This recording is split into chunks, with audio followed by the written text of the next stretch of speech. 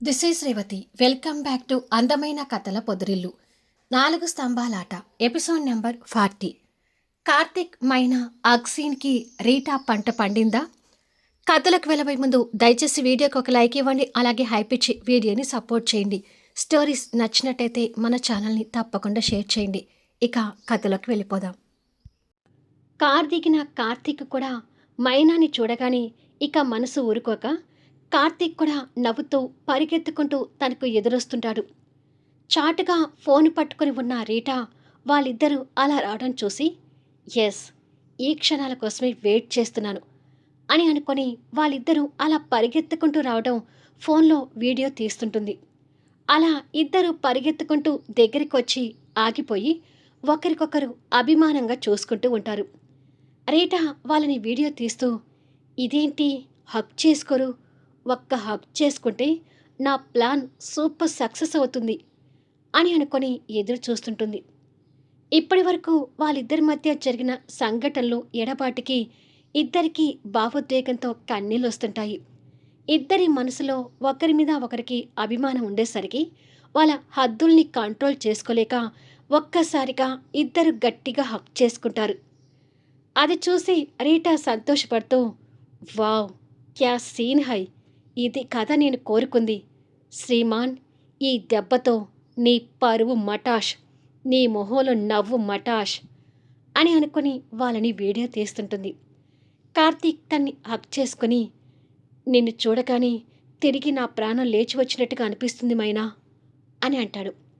మైనా చేతులు కార్తీక్ నడుం చుట్టుకొని ఉండిపోయి, నాకు కూడా కార్తీక్, నిన్ను కలవడం కోసం 3 రోజులుగా కళ్ళు కాయలు కాచేలా ఎదురు చూస్తున్నాను అని అంటుంది కన్నీళ్ళు పెడుతూ.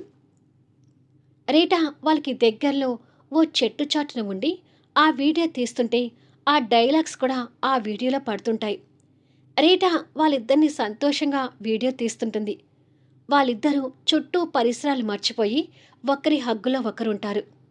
ఇలా కొన్ని క్షణాల తర్వాత వెనక నుంచి రీటా జుట్టుని ఎవరో గట్టిగా పట్టుకొని పక్కకు గుంజుతారు. అబ్బా అంటూ తను వెనక్కి తిరిగేసరికి తన చెంప మీద గట్టిగా చేతివాటం పడుతుంది.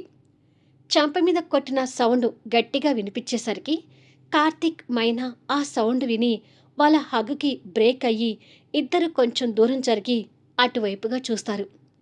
రీటా మండుతున్న చెంప పట్టుకొని ఉంటే రీటాకి ఎదురుగా నిప్పులు కురిపిస్తూ శ్రీమాన్ నిలబడి ఉంటాడు. కార్తీక్ మైనా ఇద్దరూ అక్కడ శ్రీమాన్కి ఎదురుగా ఉన్న రీటా వాళ్ళకి తెలియదు కాబట్టి ఎవరో అమ్మాయి అన్నట్టుగా ప్రశ్నార్థకంగా చూస్తుంటారు. శ్రీమాన్ ఆవేశంగా చాచి కొట్టేసరికి రీటా చెంప కందిపోయి ఆ మంటకి శ్రీమాన్ని కోపంగా చూస్తుంటుంది. ఏం చేస్తున్నావు ఇక్కడ అని శ్రీమాన్ ఆవేశంగా అడుగుతాడు. రీటా చేతిలో ఉన్న ఫోన్ వెనక్గా పెట్టుకుంటుంది. అసలు ఏం జరుగుతుంది అన్నట్టుగా కార్తీక్ మైనా శ్రీమాన్కి వెనుకగా వాళ్ళ దగ్గరికి వస్తారు. ఇప్పటి వరకు ఆ రీటా ఏం చేసిందో శ్రీమాన్కి తెలుసు కాబట్టి, మర్యాదగా ఆ ఫోన్ ఇవ్వు రీటా అని అంటాడు. నేనివ్వను అన్నట్టుగా ఫోన్ వెనక గట్టిగా పట్టుకుంటుంది. వాళ్ళిద్దరి మధ్య ఏం జరుగుతుంది అనేది కార్తీక్కి మైనాకి ఇంకా అర్థం కావడం లేదు. శ్రీమాన్ ఇంకా కోపం తెచ్చుకుంటూ తనది మరో చెంప కూడా పగలకొడతాడు. రీటా ఆ దెబ్బ నుంచి తేరుకోక ముందే తన చేతుల నుంచి బలవంతంగా ఫోను గుంజుకుంటాడు. మైనా కార్తీక్ ఒకరికొకరు మొహాలు చూసుకుని విస్మయం చెందుతుంటారు. శ్రీమాన్ ఎదురుగా ఉన్న రీటాని కోపంగా చూస్తూనే తన ఫోన్ ఆన్ చేస్తాడు. ఛ అని కోపంగా అనుకుంటూ రీటా నిరాశ చెందుతుంటుంది. ఫోన్ ఆన్ కాగానే వాళ్ళిద్దరూ ఒకరికొకరు కౌగిలించుకొని మాట్లాడడం శ్రీమాన్ కంట పడుతుంది.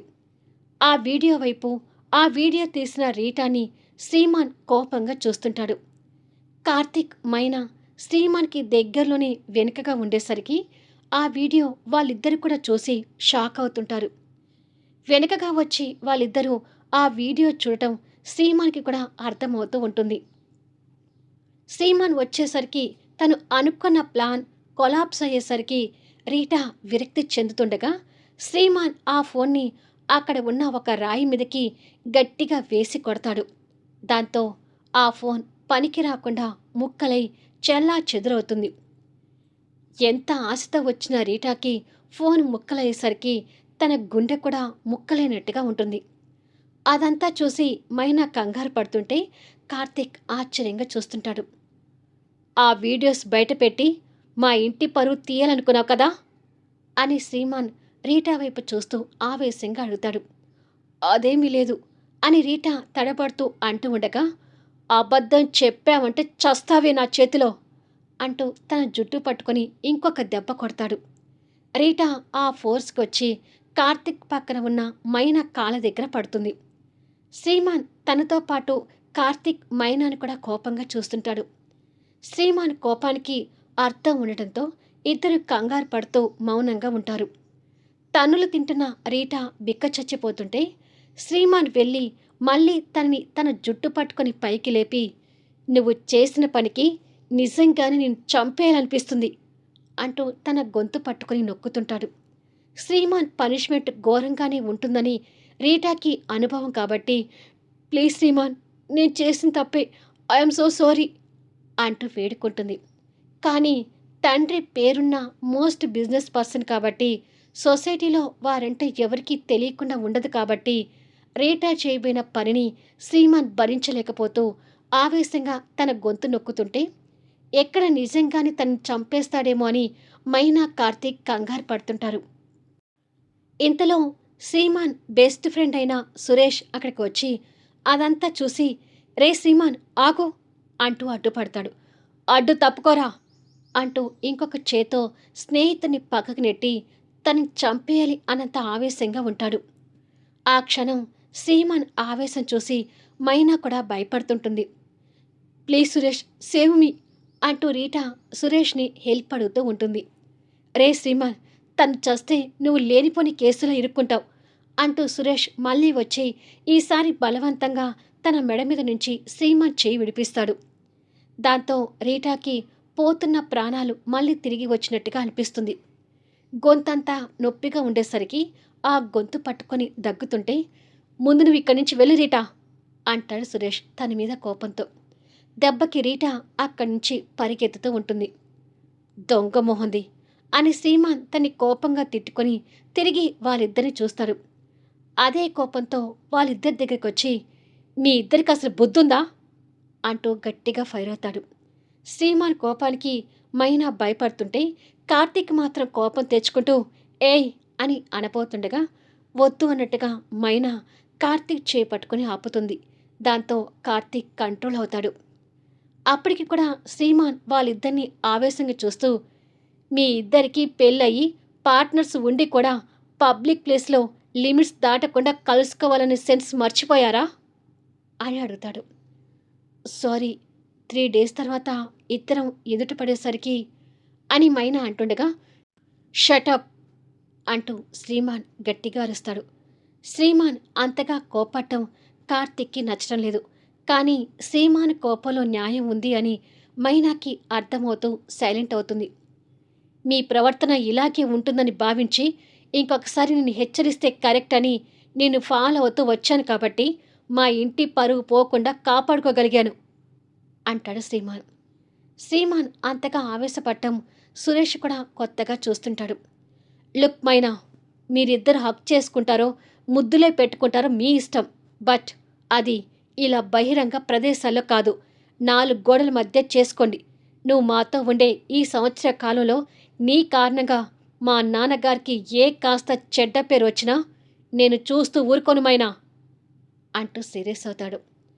మైనా మీద శ్రీమాన్ అంత డిమాండ్గా మాట్లాడడం కార్తిక్కి అసలు నచ్చడం లేదు. కానీ మైనాను చూసి ఆగుతున్నాడు. ఎందుకంటే కార్తిక్ ఎక్కడ ఆవేశపడతాడో అని అప్పటికీ కూడా మైనా కార్తిక్ చేపట్టుకుని ఉంది కాబట్టి. శ్రీమాన్ ఇద్దరినీ కోపంగా చూస్తూ, సొసైటీలో మా నాన్నగారికి ఉన్న పేరు ప్రతిష్టలు మీకు తెలియని విషయం కాదు. పలానా జగదీశ్వరరావు గారి కోడలు ఇలా చేసిందంట అని టాక్ వచ్చిందో మీ ఇద్దరిని చంపటానికి కూడా వెనకాడను. మైండ్ ఇట్ అని శ్రీమాన్ ఇద్దరిని ఉద్దేశించి గట్టిగాని వార్నింగ్ ఇచ్చి అక్కడి నుంచి వెళ్ళిపోతాడు. ఎప్పుడు నవ్వుతూ చలాకీగా ఉండే స్నేహితుల్లో ఆ ఆవేశం చూసి సురేష్ కూడా ఆశ్చర్యపోతూ వెళ్తున్న శ్రీమాన్ వైపు చూస్తుంటాడు. మైనా సురేష్ దగ్గరికి వచ్చి, అసలు ఆ అమ్మాయి ఎవరు? మమ్మల్ని ఎందుకు వీడియో తీయాలని చూసింది అని అడుగుతుంది. తన పేరు రీటా. శ్రీమాన్ అంటే పడి చస్తుంది. శ్రీమాన్ దగ్గర తను అనుకున్న ఆటలు సాగకపోయేసరికి ఇలా రివెంజ్ తీర్చుకోవడానికి చూస్తుందని అర్థమైంది. ఏమైనా మీరు నలుగురు నోలలో నానకుండా చూసుకోండి, లేదంటే శ్రీమాన్ కోపం చూశారు కదా. జగదీశ్వరరావు గారి విషయంలో శ్రీమాన్ ఏమాత్రం వెనకాడడు అని చెప్పి సురేష్ కూడా వెళ్ళిపోతాడు. అసలు ఏంటిమైనా ఇదంతా? మనం ప్రేమికులం, మన స్వేచ్ఛగా కలుసుకునే హక్కు మనకు లేదా అని అడుగుతాడు కార్తీక్. అప్పటి వరకు అణుచుకున్న కోపాన్ని బయటికి తీస్తూ. హక్కు లేదు కార్తీక్. ఎప్పుడైతే మనకి వేరొకరితో పెళ్ళిళ్ళు అయ్యాయో ఆ హక్కు అప్పుడే కోల్పోయాము అంటుంది మైనా కన్నీళ్ళు పెడుతూ. తన మాటలు భరించలేక కార్తీక్ అదే కోపంతో చూస్తుంటాడు. ఇంతకుముందు మనం క్లోజ్గా మూవ్ అయినా అనేవాళ్ళు ఎవరూ లేరు, కానీ ఇప్పుడు అలా కాదు. మనం ఇద్దరం వేరొకరి బంధంతో ఇరుక్కుపోయి ఉన్నాము. శ్రీమాన్ సమయానికి వచ్చి ఆ అమ్మాయి దగ్గర వీడియో తీసుకుని ఫోన్ పగలకొట్టాడు కాబట్టి సరిపోయింది, కానీ లేదంటే జగదీశ్వరరావు గారి ఇంటి పరువు మాత్రమే కాదు, నా గురించి నీ గురించి కూడా నీచంగా మాట్లాడేవారు. ఏమైనా మనం తొందరలో అలా హక్ చేసుకుని తప్పు చేశాము అని అంటుంది. ఏంటి, మనం హక్ చేసుకోవడం తప్పా అంటూ కార్తీక్ తన మీద కోపడతాడు. తప్పే. మెడలో ఇంకొకరు కట్టిన తాళిని మోస్తూ నేను నిన్ను హక్ చేసుకోవడం తప్పే కార్తీక్ అని అంటుంది. మైనా మాటలు కార్తీక్ మనసుని గాయపరుస్తూ, మన ప్రేమికులమైనా ఒకరికొకరు ప్రాణంగా ప్రేమించుకున్నాము, అది దృష్టిలో పెట్టుకొని మాట్లాడు అని అంటాడు. అయినా సరే, ఇప్పుడు ఇలా ఉండటం తప్పు కార్తీక్. అయినా మనం ఈ బంధాలను పర్మనెంట్గా స్వీకరించడం లేదు కదా. 1 సంవత్సరం ఓపిక పడితే మనం ఇద్దరం ఒకటవుతాం. అప్పటి వరకు మనం కొంచెం డిస్టెన్స్ మెయింటైన్ చేస్తేనే కరెక్ట్ కార్తీక్ అని అంటుంది. అంటే మనం కలుసుకోవద్దు అంటున్నావా అని అడుగుతాడు. ఆ పదాలు తట్టుకోలేనట్టుగా మైనా కన్నీళ్ళు పెడుతూ, కలుసుకోకుండా నువ్వే కాదు నేను కూడా ఉండలేను కార్తీక్. కానీ మనం కలిసినా ఒక స్నేహితులుగా కలుద్దాం, ప్రేమికులుగా కాదు అని అంటుంది. ఛ, కాలం మళ్ళీ తిరిగి వస్తే బాగుండు అనిపిస్తుంది మైనా. మనకు జరిగిన పెళ్లిని సరిదిద్దుకోవాలనిపిస్తుంది అంటాడు చిరాకు పడుతూ. జరిగిపోయిన కాలం ఎలాగూ రాదని తెలుసు, కానీ రాబోయే కాలంలో మనం ఇద్దరం ఖచ్చితంగా కలుస్తాం కార్తీక్. అప్పటి వరకు నాకు కొంచెం దూరంగానే ఉండు అని అంటుంది. కానీ ఆ మాటలు కార్తీక్ మనసుకి కష్టంగా అనిపిస్తుంటాయి. ప్లీజ్ కార్తీక్ అని అంటుంది. కొన్ని క్షణాలు ఆలోచించుకొని, ఓకే మైనా, నా వల్ల నీకు ఎలాంటి చెడ్డ పేరు రాకూడదు. సరే, నువ్వు అన్నట్టుగానే ప్రేమికులుగా కాకుండా స్నేహితులుగా కలుద్దాము అని అంటాడు. అర్థం చేసుకున్నందుకు థ్యాంక్ యూ కార్తీక్ అని అంటుంది మైనా. కానీ మైనా, ఆ శ్రీమాన్ ఇప్పటి వరకు అగ్ని గోళంలా మండిపోయాడు.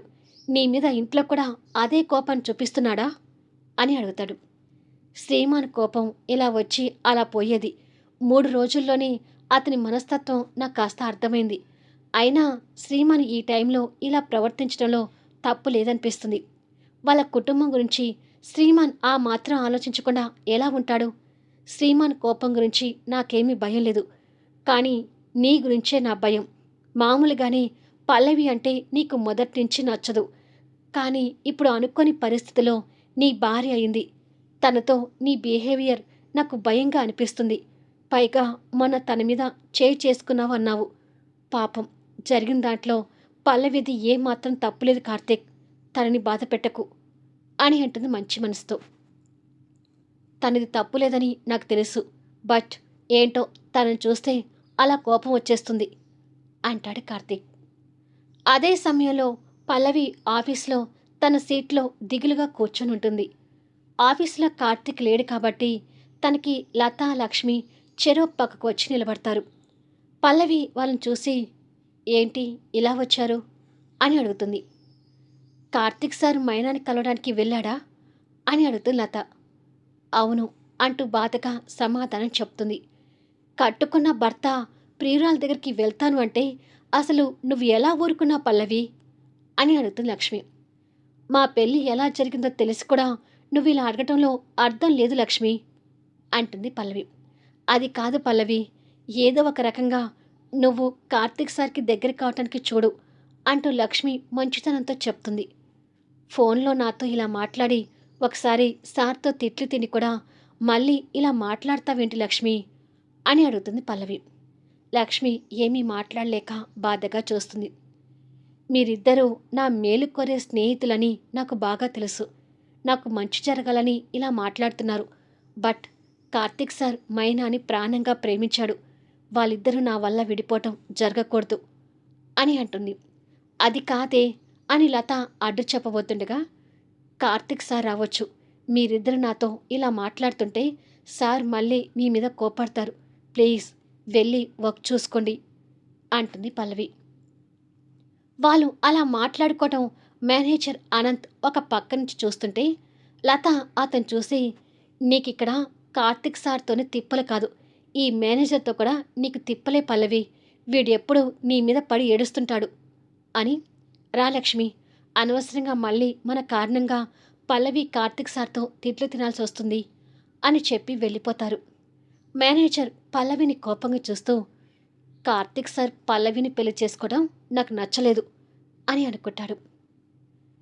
కార్తీక్తో మాట్లాడి వచ్చిన మైనా ఇంటి గుమ్మం ముందుకు వచ్చేసరికి ఈశ్వర్కి ఎదురుగా శ్రీమాన్ కోపంగా కూర్చొని ఉంటాడు.